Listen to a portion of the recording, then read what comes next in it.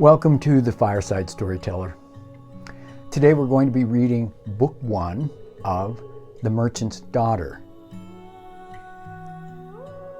But before we begin our tale, I would like to introduce to you the story that inspired the series called The Merchant's Daughter. The heart of this story was first told hundreds of years ago in Russia, along the shores of the White Sea. Merchant families would share it during the long winter nights when northern lights danced in the sky and the world seemed full of magic. This is the beginning of the original tale. Once there was an honorable merchant who had 2 children, a daughter and a son. When the merchant lay dying, their mother had passed away before him. He said, "My children, live well with each other, in love and harmony, just as I lived with your dear mother." Then he slowly closed his eyes and passed away. They buried him and said prayers for his soul, as was right and proper. Soon after, inspired by his father's honorable life as a merchant, the son followed in his footsteps and prepared to trade across the sea. He prepared 3 ships, filled them with all manner of goods, and said to his sister, "My dear sister, I am going on a long journey and leaving you here alone. Promise me you'll be careful. Stay true to yourself and keep away from strangers." Then they exchanged portraits, each a testament to their bond. The sister took her brother's likeness to keep in her chambers, while he carefully placed her portrait in his ship's cabin. Both images serving as silent guardians of the loyalty to one another. With tears flowing freely, they embraced one final time. At last the merchant's son lifted anchor, his ships slipping away from the familiar shore and into the vast expanse of the open sea. The Merchant's Daughter, the Girl and the Dragon. Chapter 1. 3 ships set sail. The morning sun warmed Elora's face as she stood at the harbor, watching sailors load the last crates onto her brother's 3 ships. The wooden dock creaked under her feet and the salty breeze tugged at her long, blonde, braided hair. She clutched a small package wrapped in blue cloth, holding it close to her heart. "Is that the last of the precious winter sable furs, Thomas?" her brother called to the sailor carrying the wooden crate. Sables are small forest animals whose soft, dark brown fur was more precious than gold to wealthy merchants and nobles. "Yes, Sir Lucan. Just the flax and honey to go now," Thomas answered, carefully placing the crate in the ship's hold. At 28, Lucan was taking his father's place as the town's most respected merchant, the one everyone simply called the merchant when speaking of trade and business. He would trade for beautiful silks and gems to bring back to their people. Elora loved watching the sailors work. They moved like dancers, quick and sure-footed on the swaying deck. Many of these men had sailed with her father since she was little. Now their own sons worked alongside them, just as her brother Lucan had learned from their father. It was the way of merchant families in their city of Archangelisk. Elora smiled, remembering how her father used to say Archangelisk meant City of the Archangel. He would tell them stories about brave Archangel Michael, who protected people and fought for what was right. Their father had built his business the same way, with honor and kindness. The 3 ships before her were proof of his wisdom. The ships looked magnificent after careful repairs and fresh paint. Their hulls gleamed in the sunlight, but today their beauty made her heart ache. 3 whole years, she said softly. That's such a long time. Lucan turned to her, his kind eyes crinkling at the corners, just like their fathers used to do. "It will pass before you know it," he said.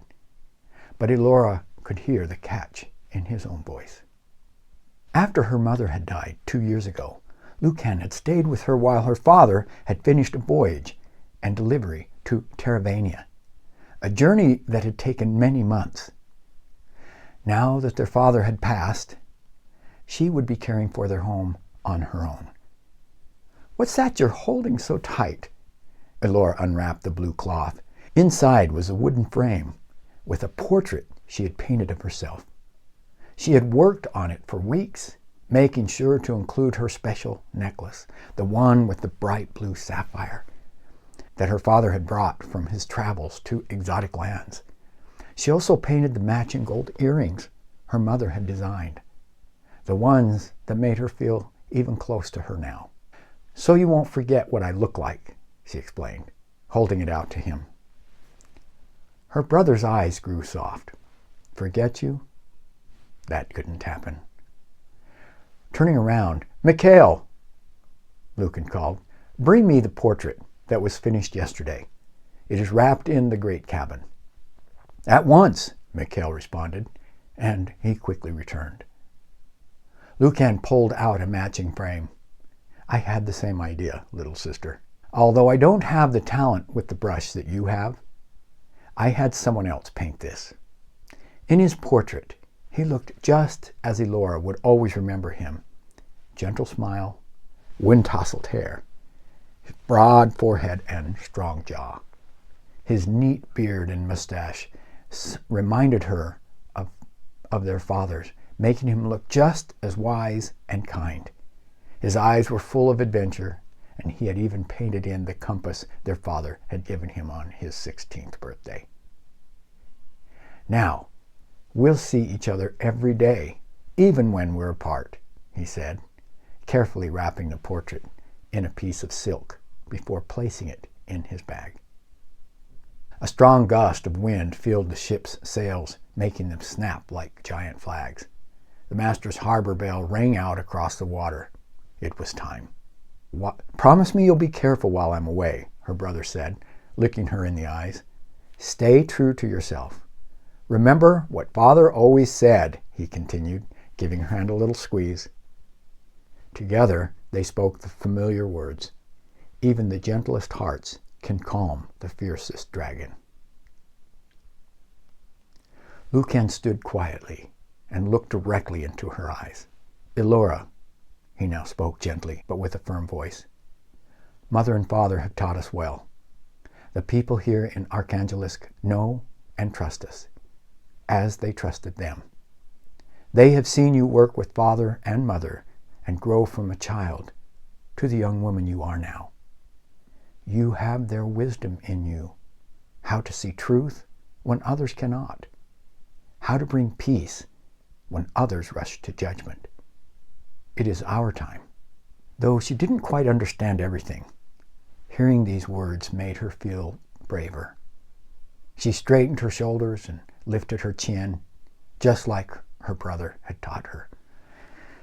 "Time and tide wait for no man, sir," called Thomas from the ship. Her brother stood and straightened his blue merchant's coat. "Take care of the house, little sister. Pay attention to our accounts, and don't forget to tend Mother's rose garden." "I won't forget," Elora promised, fighting back the tears. She watched him climb aboard the largest ship, his footsteps sure and steady on the gangplank.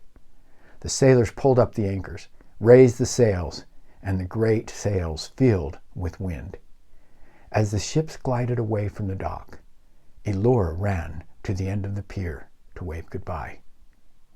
"Write to me," she called out. "Every chance I get," her brother's voice carried back across the water. Elora stood at the harbor until all three ships became tiny dots where the sea met the sky. Only then did she let her tears fall freely. She held her brother's portrait close, studying every brushstroke. Her heart already ached for her brother to return. A deep rumble echoed across the distant hills. Maybe thunder, maybe something else. Elora wiped her eyes and looked toward the sound. Dark clouds gathered over the far mountains, and for a moment she thought she saw a large shadow move against them. The wind picked up, carrying the scent of rain, and Elora tucked the portrait safely under her shawl and turned toward home.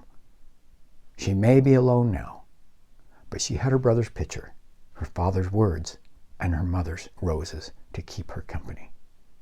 I can be brave, she whispered to herself, and she remembered the bravest thing to do was simply to keep going forward. I've helped Father with the merchant duties. I can do this now. As she walked up the hill toward home, she didn't notice the pair of ancient eyes watching her from high above, curious about the girl with the gentle heart who wasn't afraid to cry.